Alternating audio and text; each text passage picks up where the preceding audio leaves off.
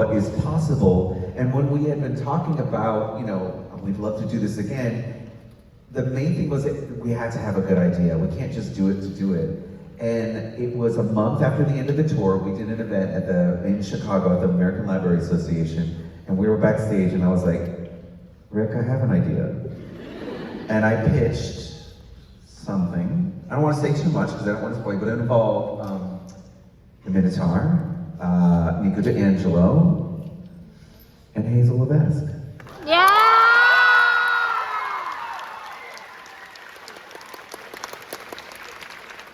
Nico!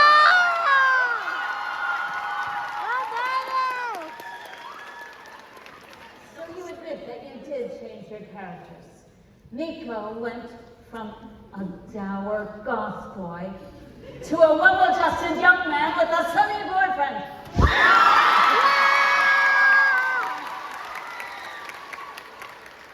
We did. I also need you to know, no one is screaming louder than you. It's really exciting. It's so exciting. I'm so glad you're into this.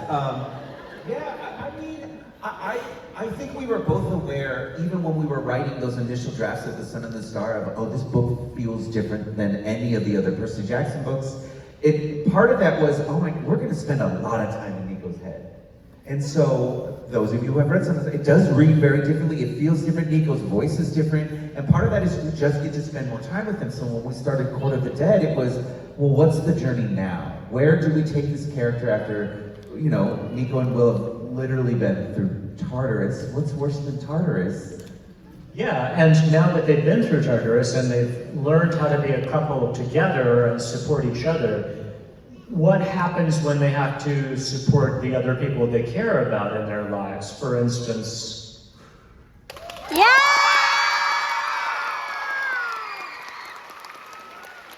Hazel is back and she has a pretty big ask for Nico. She needs his help. And so Nico and Will go to Camp Jupiter to see what they can do for him.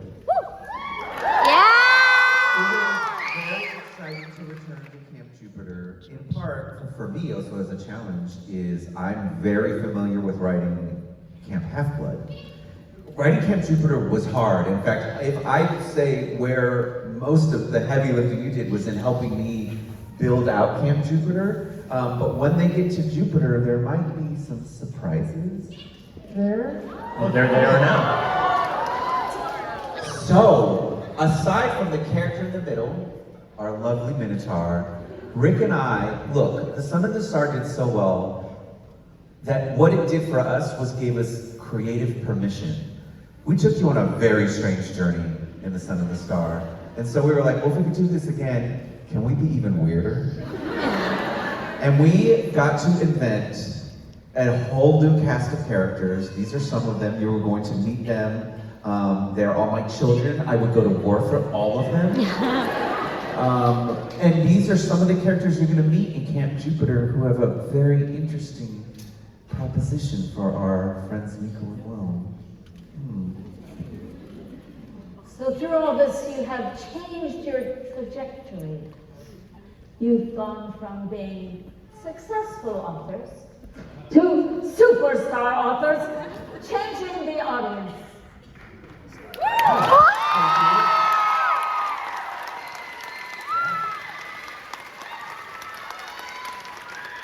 That is the hardest photo of us. I love it so much.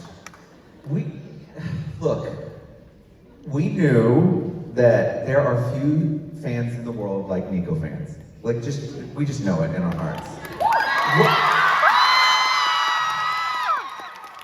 It still can only hear you. It's great. I love it.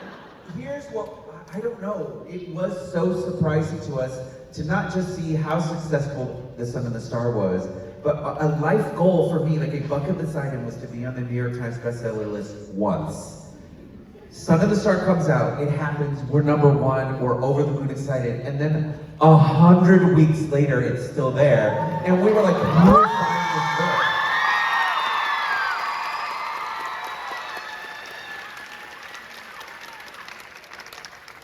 All of you, I guess.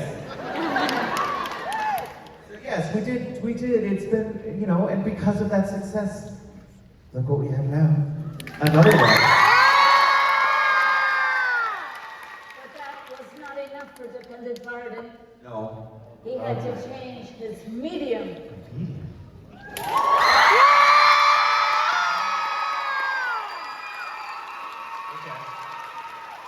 Yeah, I'd say guilty on that front. So I mentioned earlier, about 7 years ago, my wife and I started re-engaging again with Hollywood for the first time in a long time. And some stuff had happened before, we don't need to go into it. Anyway, Disney had acquired talk about Fox the Corporation, and so we went to Disney and we said, hey, did you know you now own the rights to adapt Percy Jackson? We should talk. And it took a long time, but eventually we found a great team of people. Becky and I are executive producers on the series, which means we are involved. We're involved in every decision. I read every copy of every script. I give notes on everything. I'm involved in everything. Now, does that mean I control every single detail 100%? No, that would be impossible. Making a TV show is so difficult. Every day that we're on set, it takes a team of 500 people. I'm not exaggerating. And every day that we work from sunup to sundown will eventually yield about 1 minute of one episode. So you can do the math on that and figure out how long it's going to take to film an entire season of shows, of episodes, and that's just the principle of photography. Then it's going to take another 9 or 10 months to do post-editing, to do special effects, to do the clipping and the editing and the voiceovers and all of that stuff. It's a big process. It's a team sport. So yes, I'm involved, and yes, I give my opinion on everything, but we have to lean on our team a lot too to help. Now, season 1, we all hoped it would do well. It did super well. It was like... So thanks to all of you who watched that. But I'm a perfectionist. I always knew that, every time I do something, I'm like, I could have done better. And so I looked at things that I thought we needed to still work on. We could do that better, maybe tweak that a little bit, maybe do that better. And so I have to tell you, I hope I'm not wrong, I think season 2, you're gonna love even more.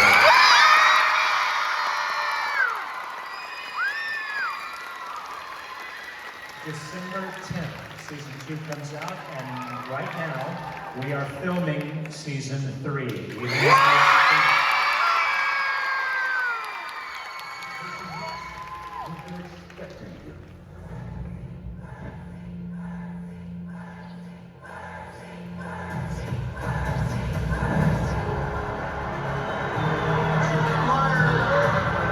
Let's do this. Action.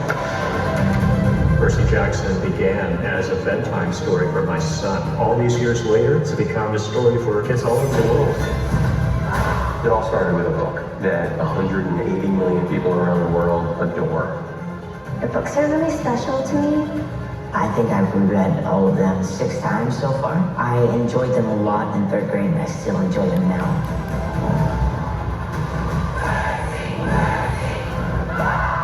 Find out who I am. Oh my god, it was amazing! You're more than a hero now.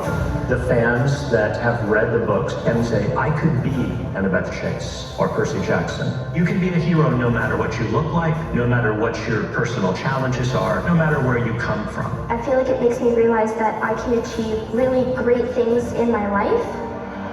You are not broken. You are singular.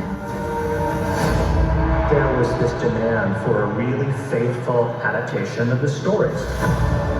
Rick has given 20 years of his life to this material, building this with us.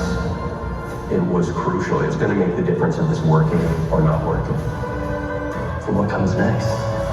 We're going to need all the help we can get. Brace yourself, Lucian.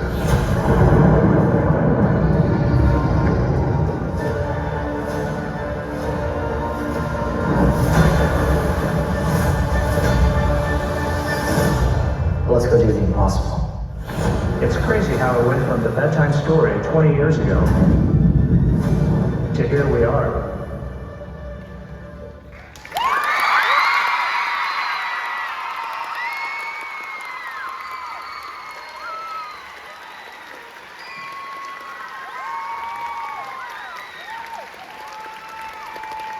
This court accuses you of changing the world in ways we cannot tolerate. Yeah!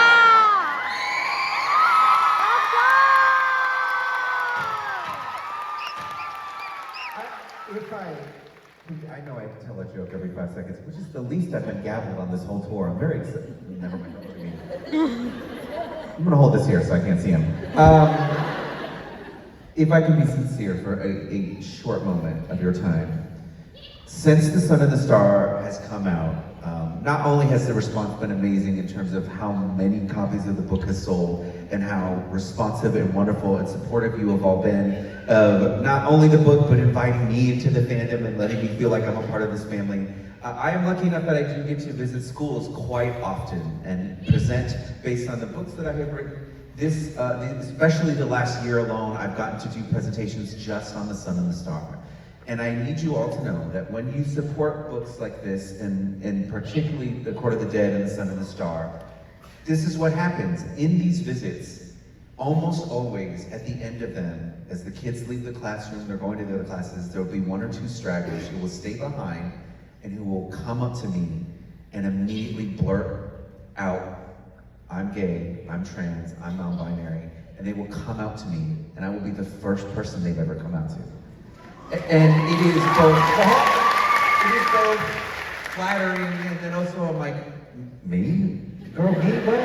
I'm never gonna see you again, you know? But I hear so much that the books that Rick has been writing for years, and these books in particular, have created a space for these kids to see themselves in and feel safe and wonderful. And so thank you to all of you for helping be a part of that, because it is as much about you. We can write these books and put them out in the world, but they also have to be supported and recommended. So yes, we are trying to change the world. Gavel that, I don't care.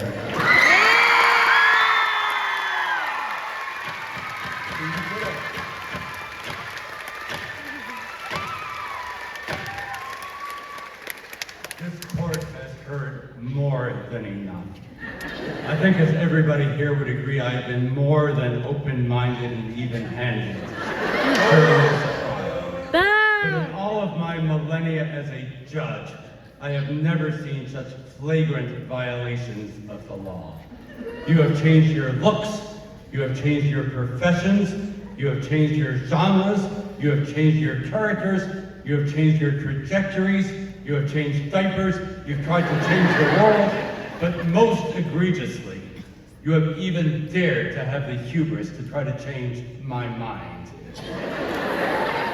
Fortunately, you have failed and failed spectacularly. I told you at the outset that if you change, you shall hang, and hang you shall. Bailiff, escort them to the gallows.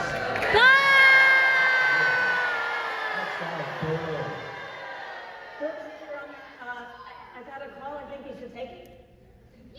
Yeah, what? Oh, hello, Lord Hades. How are you? Yes, I'm here with Rick Riordan and Mark Oshiro. They say hey. No. An unauthorized trial? I would never conduct an unauthorized trial. You know that. It was more like a good hang. You want to see me? Okay, well, we do have a rather full doc schedule, but I think we can fit you in about, what, 2 weeks from the next solstice? Would that work for you, Lord Hades? Now? You want to see me now? Hello? Hello? Court adjourned. Hang you all.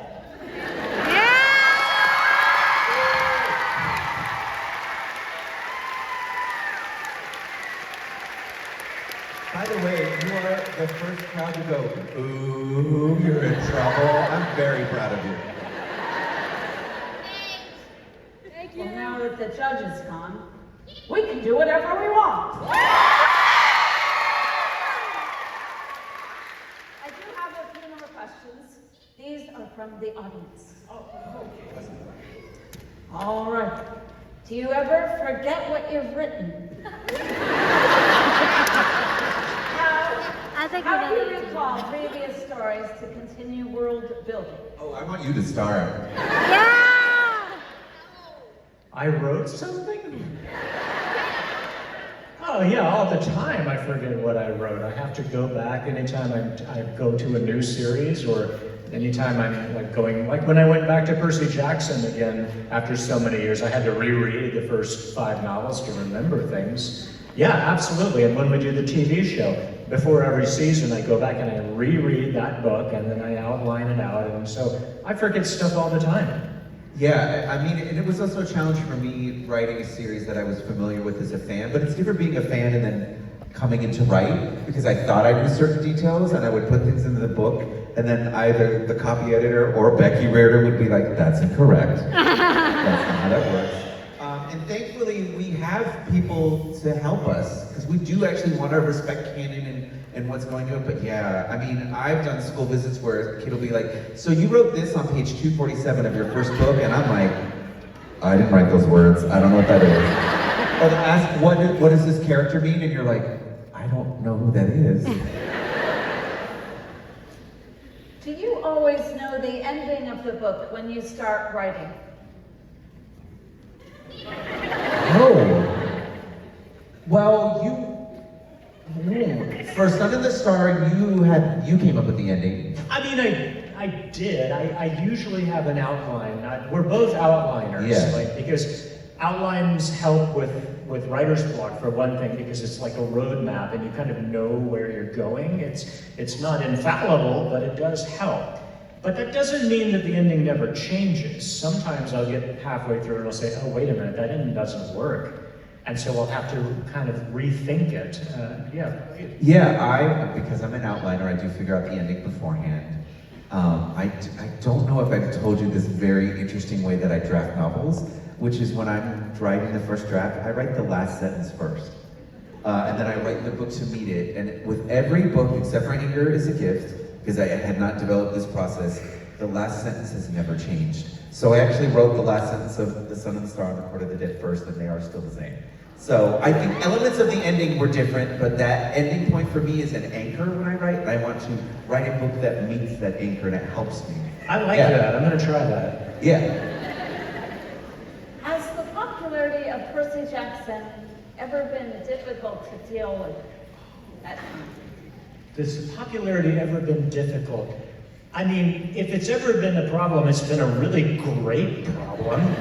I mean, it's not like being a movie star where your face is instantly recognizable. It's not that kind of fame. I can walk down the street normally with no problem. Occasionally, it'll surprise me. Like I remember one time I was in Costco, and this family came up, are you Rick Riordan? And he said, well, yes, I'm just here in the frozen food aisle. Would you sign something for me? And I said, sure, what do you got? He said, I don't have my books. What about my receipt? Here's some frozen egg rolls. Would you sign those? And so I did. You know, I don't know what happened to them, but yeah. Yeah, and it's been interesting for me coming into this too, because I especially at the start of the story, I was like, none of you know what I look like. That is untrue. Very, very untrue. Number one, someone yelling Nico at me from a moving car. And so for me, it's generally I can move through the world, it's fine. The only other time, the first time I was ever recognized was in an airport. I'm gonna give you all a free tip. If you see an author you enjoy and you want to say hello to them to the airport, don't scream their name at the top of their lungs and run across the terminal. Cause like, she was young, she came over to me and she was like, oh my God, Mark Oshiro, you wrote this on the Star. And I just looked at her and her parents were horrified and I just was like, honey, I'm brown, this is an airport, you cannot just run up to me screaming. Because I could already see like security like looking over like, what's going on here? Did you kidnap this child? I'm like, no. But I I think the only part I would say is difficult is just I felt a lot of pressure writing The Sun and the Star because what I was writing was not the world that I came up with and I'm contributing to it and I wanted to get it right. I felt a little less of that pressure the second time around because you all are lovely fans. We have time for one more question. Why do you like making us suffer? Yeah!